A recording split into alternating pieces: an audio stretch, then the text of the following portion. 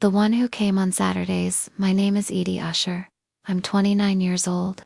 And last Christmas, my father looked me in the eyes and called me an idiot because I kept a gift from my grandmother. The gift was a check for $5 million. My father tore his apart at the table. My mother ripped hers slowly and deliberately, like she was making a point. My sister Holland dropped hers into the fireplace and filmed the flames for her followers. My brother Grant crushed his under his palm and shoved it under the table like a piece of junk mail. I was the only one who folded mine quietly, tucked it into my purse, looked at my grandmother across the ruins of Christmas dinner, and said 2 words, "Thank you." She nodded once. That was all. The next morning, I drove to First National Hollow Ridge just to make sure I wasn't losing my mind. The bank manager, a composed man named Benedict Strong, smiled when I walked in. Then he saw the check in my hand, and every trace of color left his face. He led me to a private office, locked the door behind us, sat down across from me and studied the check for a long, quiet moment. Then he looked up. "It's all completely real." 4 words. I have never forgotten them.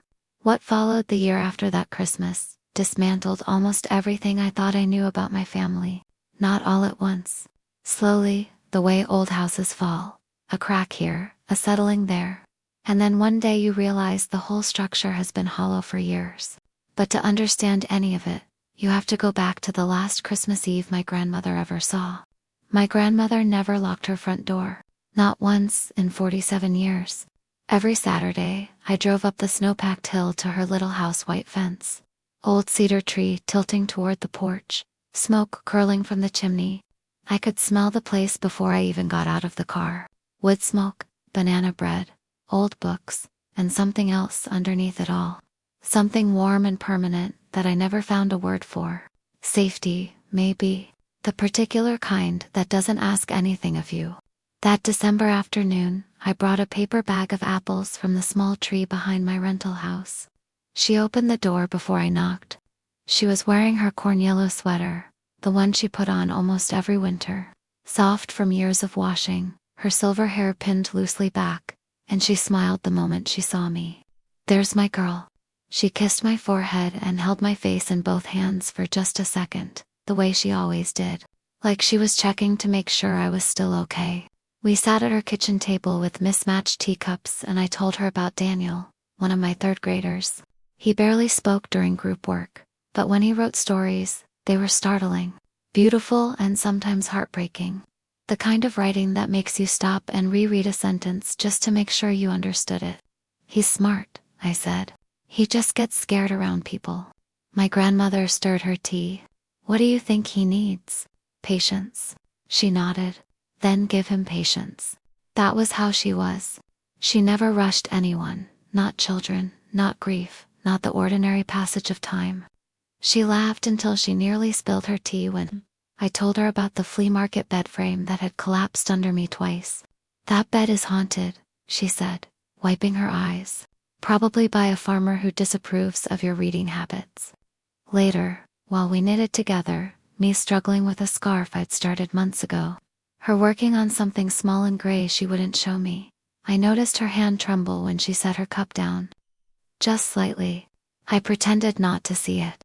Outside the window, a bright red cardinal landed at the feeder. It took one seed, then it flew away. My grandmother watched it go with an expression I couldn't quite name. When I left that afternoon, she pressed a thick envelope into my hand. 2 crisp $20 bills for gas, the same envelope, the same amount, every month for years. I never spent the money. I kept every one of them in a shoebox under my bed, because the bills themselves weren't the point. They were her way of saying, "I see you. I'm glad you exist." I didn't know yet that it was one of the last ordinary Saturdays we'd ever have. On the drive home, my mother called. She never called to ask how I was. She called to find out what I had, or what she might need. "Edie, honey, you visiting the old lady again?" That was what she called my grandmother. Never grandma, never Sylvia. Just the old lady, the way you'd refer to a neighbor you'd given up trying to know. In the background, I could hear my brother Grant chewing loudly.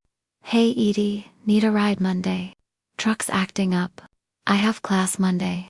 After class, then, as though my time were a natural resource he was entitled to. My sister Holland texted before the call even ended. Asterisk, can you send me $200? Just until Friday. 3 heart emojis. I stared at them. My mother kept talking, listing Christmas logistics. My father wanted roast. The house needed to not be too warm. My grandmother shouldn't cook too much because she'd tire herself out and then just sit there staring at everyone. Nobody asked how my grandmother was feeling. Nobody mentioned her hip. Nobody wondered about the trembling hand. And Edie, my mother added, dropping her voice as though confiding something important. Don't let her convince you to move in with her someday. She'll take advantage of your kindness. I looked out through the snowy windshield at the dark road ahead. My grandmother had never taken advantage of anyone. Not once, as far as I could tell, in her entire life. The first thing my grandmother asked me to promise her had nothing to do with money. She didn't ask me to take care of the house, or handle her affairs, or make sure her instructions were followed. She asked me to keep her secret. It was October. We were working in her garden in the last light of the afternoon, the air sharp with rosemary and cold dirt, the sky burning orange through the trees. She sat down heavily on the wooden bench beside the tomatoes, and I could tell from the way she moved that sitting down had become an act of relief rather than rest. You remember Dr. Oak? She asked. Yes, I saw her on Tuesday. She looked down at her hands. Pancreatic cancer. Stage 4. The world tilted slightly. I couldn't breathe for a moment. But somewhere underneath the shock, in a part of me that had been watching her without admitting it, I realized I had already known. I had seen it in how slowly she moved through rooms she'd once crossed in a few quick steps, and how tired she looked by early afternoon, in the way she watched the cardinal. How long have you known? I whispered. Since July. Are you starting treatment? She shook her head, gently but without hesitation. No, I want my time here. In this house. In my garden. With my books. With you. She squeezed my hand. I'm 82, Edie. I've had a beautiful life. I'm not scared. I'm sorting. Tears burned my eyes. I didn't trust myself to speak.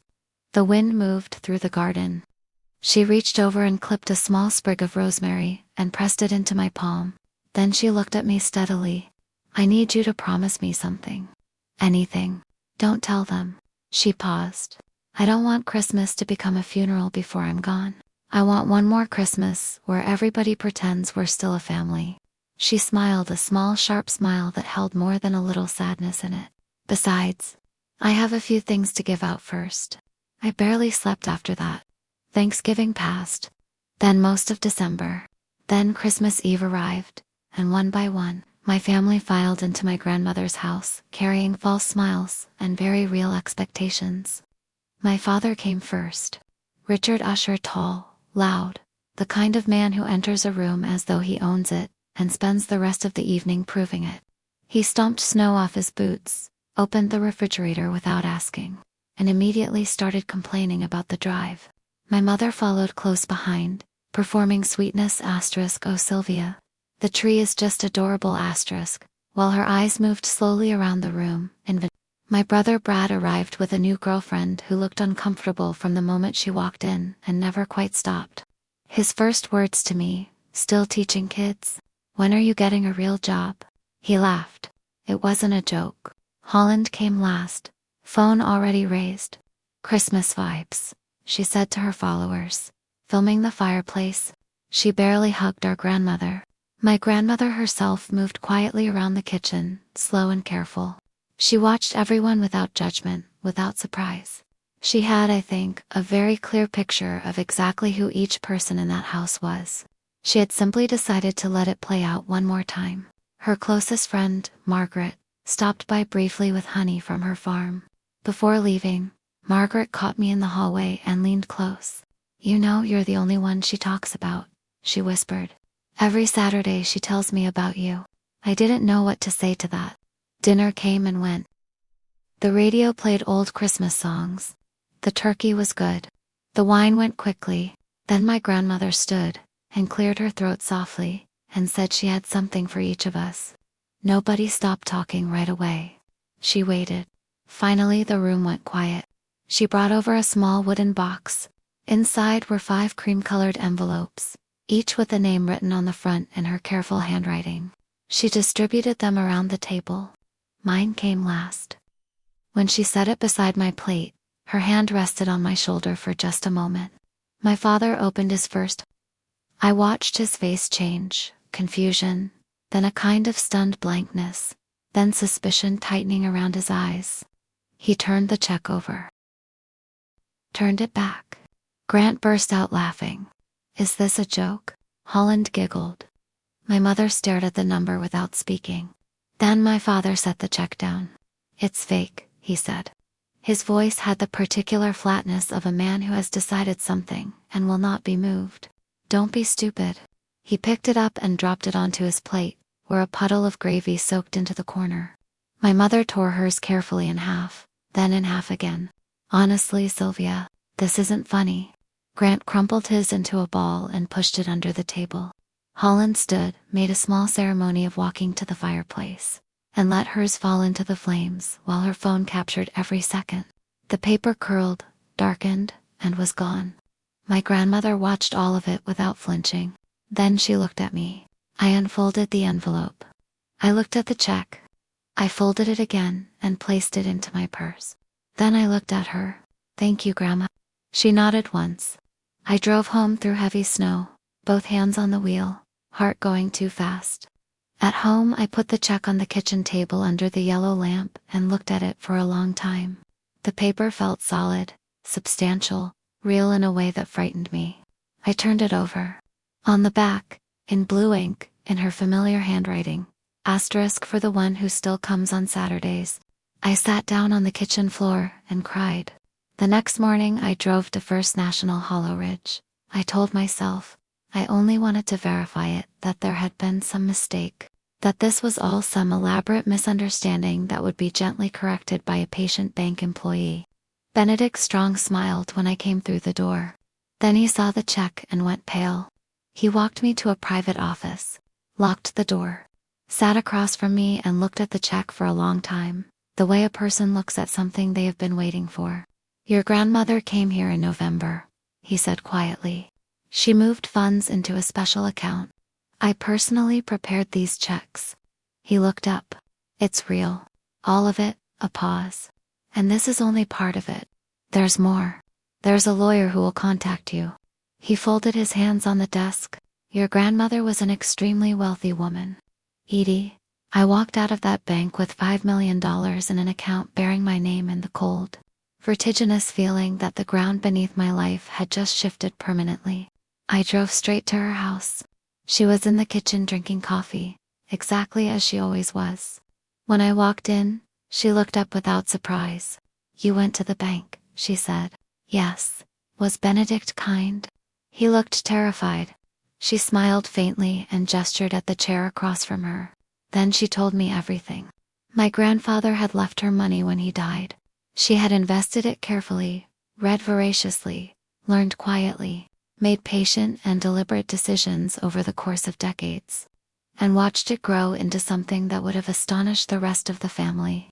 More than $40 million, accumulated in plain sight while everyone looked past her. Nobody knew because nobody had ever asked. She looked at me across the kitchen table. I didn't give them money on Christmas Eve, she said. I gave them a chance. I waited. A chance to ask why. My phone began ringing before lunch. Texts, voicemails, a mounting crescendo of panic and fury. Holland begged for her check back. Grant called twice and left a message accusing me of stealing family money. My mother cried dramatically into voicemail. My father demanded answers, then demanded more answers, then appeared in person at my grandmother's front door. You gave her $5 million, he said through the glass. My grandmother stood on the other side, small and still. I gave all of you $5 million, she replied. You know what you did with yours. Open this door. No, Richard. She turned and walked back to the kitchen. And then, for the first time in 47 years, she locked the front door. My father stood on the porch in the cold. Through the window I watched him standing there, and for just a moment I saw something on his face that wasn't anger, something older and more bewildered. Then it closed over again. My grandmother sat down, picked up her toast, and said quietly, "Well, that's begun." A few weeks into the new year, she slipped on the ice while filling the bird feeder. By the time Margaret found her, she'd been outside in the cold for nearly 40 minutes. The hospital wanted to keep her. She refused. She chose hospice care at home, in her own bedroom, surrounded by her books and her garden and the sound of the cardinal at the feeder outside the window. I moved into the spare room. I took leave from school. Every night I read to her. Sometimes she fell asleep sometimes she corrected my pronunciation with a crisp precision that made me laugh. Sometimes she simply held my hand, and we sat in the particular quiet that only belongs to rooms where someone is close to leaving. One evening she pressed a brass key into my palm. "When the lawyer asks," she said softly, "give him this. What does it open? You'll see." She died early on a cold February morning. The house became very quiet. I held her hand until it cooled. Outside, the cardinal came to the feeder. One seed, then it was gone. I called Margaret. Then I called my father. He was emotional for one brief moment. Genuinely, I think, or as genuinely as he knew how to be. Then my mother took the phone. "When is the funeral?" she asked. "I have something planned next week." My grandmother had left precise instructions. No eulogy from my father. Her yellow sweater. A poem, read by me. Everyone wept loudly at the service. Holland filmed portions of it for her followers. I didn't cry until that night, when the house had finally emptied, and I was alone with her things and the particular silence left behind by someone who had filled a space in a particular way, for a very long time. The fighting started before the cemetery workers had finished their coffee. My father called the lawyer that same afternoon. Grant came to my house and stood in my doorway, demanding to know who was getting the house. My mother phoned 3 times. Holland posted something online about family and loss and the importance of honoring our elders, which I did not read past the first sentence. The official reading of the will took place 2 weeks later in Halverson's office. We sat around a long table. The clock on the wall ticked steadily. My father looked impatient. My mother looked nervous. Holland kept checking her phone. I looked at my hands. Halverson read through the smaller bequests first: charitable donations, gifts to friends, a specific instruction about the cedar tree. Then he reached the main estate. The remaining estate, he said, without particular drama, including the home, land, investments, and personal assets valued at approximately $40 million, is left entirely to Edie Rosemary Usher. Silence. Pure, ringing silence. Then my father's chair scraped back. "Is this a joke?" "No," Halverson said. "It's a legal document." Halverson continued reading. My grandmother's words, in her careful handwriting, had been included in the will. Asterisk, she is the only one who visited me for love and not obligation. She came every Saturday expecting nothing. My father sat back down. His face had gone a peculiar shade of pale. Grant stared at the table. Holland slowly raised her phone. The lawsuit arrived 4 days later. Undue influence. They claimed I had manipulated a dying woman into leaving me her estate. I read the document in my kitchen and laughed. Not because any of it was funny, but because the alternative was something louder and less contained. Halverson agreed to represent me without charge. "Your grandmother trusted me for decades," he said. "I intend to honor that." The months before the hearing were the most grueling of my life. Holland produced a series of videos about betrayal and family wounds that her followers received warmly. Grant's texts ranged from threatening to pleading, sometimes within the same day. My father organized family meetings I declined to attend. My mother left voicemails that oscillated between accusations and a strange, exhausted grief. I went back to teaching because my students needed stability, and honestly, because I needed them too. Daniel hugged me the first morning I walked back into the classroom. He didn't say anything. He just hugged me and went back to his seat. That small gesture nearly broke me open. In May, Halverson helped me open the safe my grandmother had left behind. Inside were medical records documenting her mental fitness in the months before her death. Careful legal correspondence. Copies of every major financial decision she'd made, annotated in her handwriting. And a journal? Every page was a Saturday. Every single one, going back years. Edie came tired today. Brought apples. We laughed about the pie that didn't set. Edie cried during the story. I held her hand. Edie seems lighter this week. Something good happened at school. Hundreds of entries. She had recorded every visit. Everyone. I sat on her bedroom floor and cried for a long time. Not about the money. Not about the lawsuit. Not about any of the ugliness that had accumulated since Christmas. I cried because she had counted every Saturday. Because she had written them down. Because she had wanted to remember. The court hearing came in October. Dr. O'Coffer testified that my grandmother had been fully mentally capable. Margaret testified that no one on earth could have manipulated Sylvia Usher into doing anything she didn't want to do. And that the suggestion was, in her word, absurd. Then I took the stand. The opposing attorney asked me many questions, most of which I answered simply and honestly. Then, near the end, he asked the one that mattered. Why do you think she left you everything? I looked at the judge. I looked at the empty seat beside Margaret.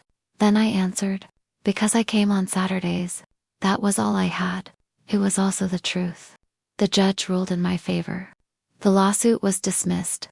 Outside the courthouse, my father lost what remained of his composure. You are the worst daughter I have ever had, he shouted. A reporter standing nearby wrote it down. A small-town newspaper printed it the following week. Small towns have long memories, especially for ugliness. In the year that followed, things in my family came apart the way they tend to when the pressure holding them together is removed. My father lost his job. My mother's spa shed customers until it couldn't sustain itself. Grant's business failed. Holland's marriage ended when her husband discovered the extent of debt she'd hidden from him. One by one, the structures they had built, the ones that looked solid from the outside, revealed how hollow they'd been. Through all of it, I kept finding things. The most important one was a small notebook hidden beneath a drawer in my grandmother's desk. She had never mentioned it. I nearly missed it entirely. Inside was a list. Every year, going back decades. Milk programs for local schools. Books and instruments for students who couldn't afford them. Scholarships, anonymous donations to my elementary school. The same school where I had become a teacher.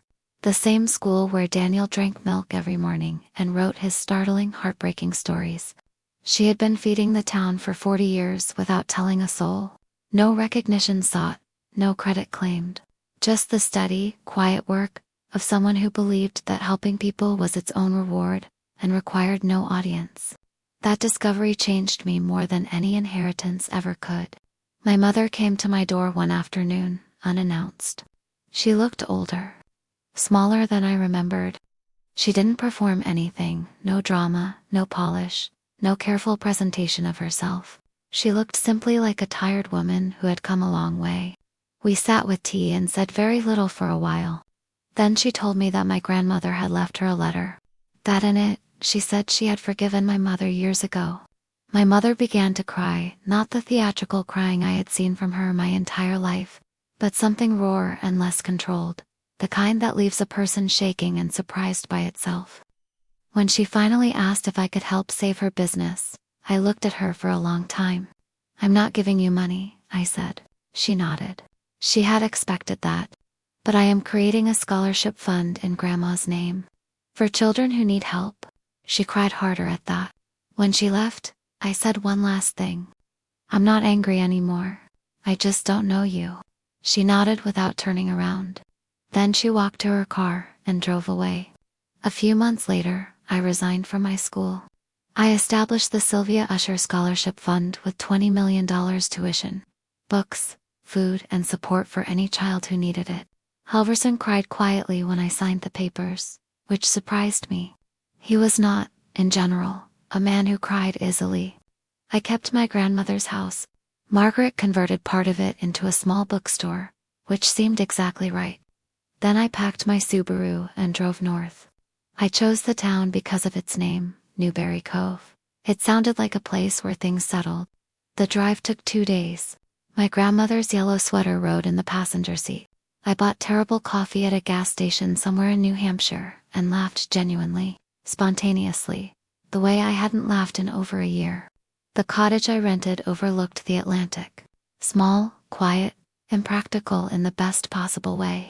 That first night, I put the yellow sweater over the chair by the window. In the lamplight, in this new and unfamiliar room, it looked exactly like her. I stood there for a moment and let myself believe, just briefly, that she was.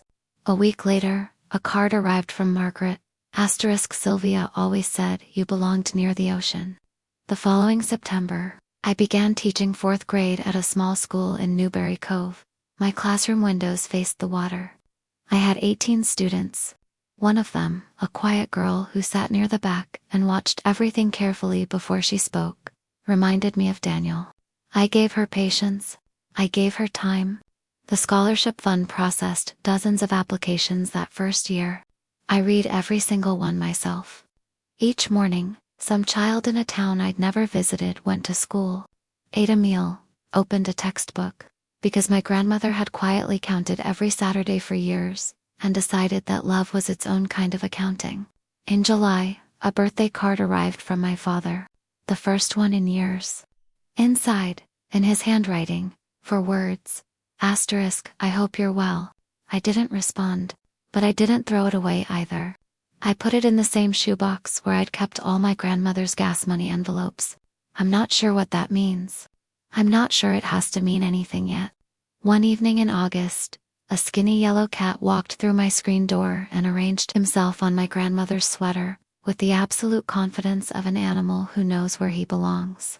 I named him Qatar. He sleeps there every night, in the chair by the window, as though he has always understood something about that sweater that I am still learning. Later that same evening, I sat on my porch as the sun went down over the water, and wrote my grandmother a letter. I told her about my students, about Qatar, about the ocean, which is even better than she promised, about the life she gave me, not just the money, though I understand now that to her those were never separate things. The money was just the instrument. The life was always the gift. I think what she knew, what she had always known, sitting across from me at that mismatched kitchen table, was not that I was better than my father or my mother or Grant or Holland. She knew that I had shown up, that I had kept showing up, Saturday after Saturday, not because I expected anything, but because I loved her. And love is mostly just a decision you make about how to spend your time. I folded the letter and placed it inside the small wooden box she had used on Christmas Eve. Then Qatar stared at me through the window with the focused intensity of a cat who has been patient about dinner for approximately 3 minutes too long. I smiled. Coming, I whispered. And for the first time in a very long time, I knew exactly where home was.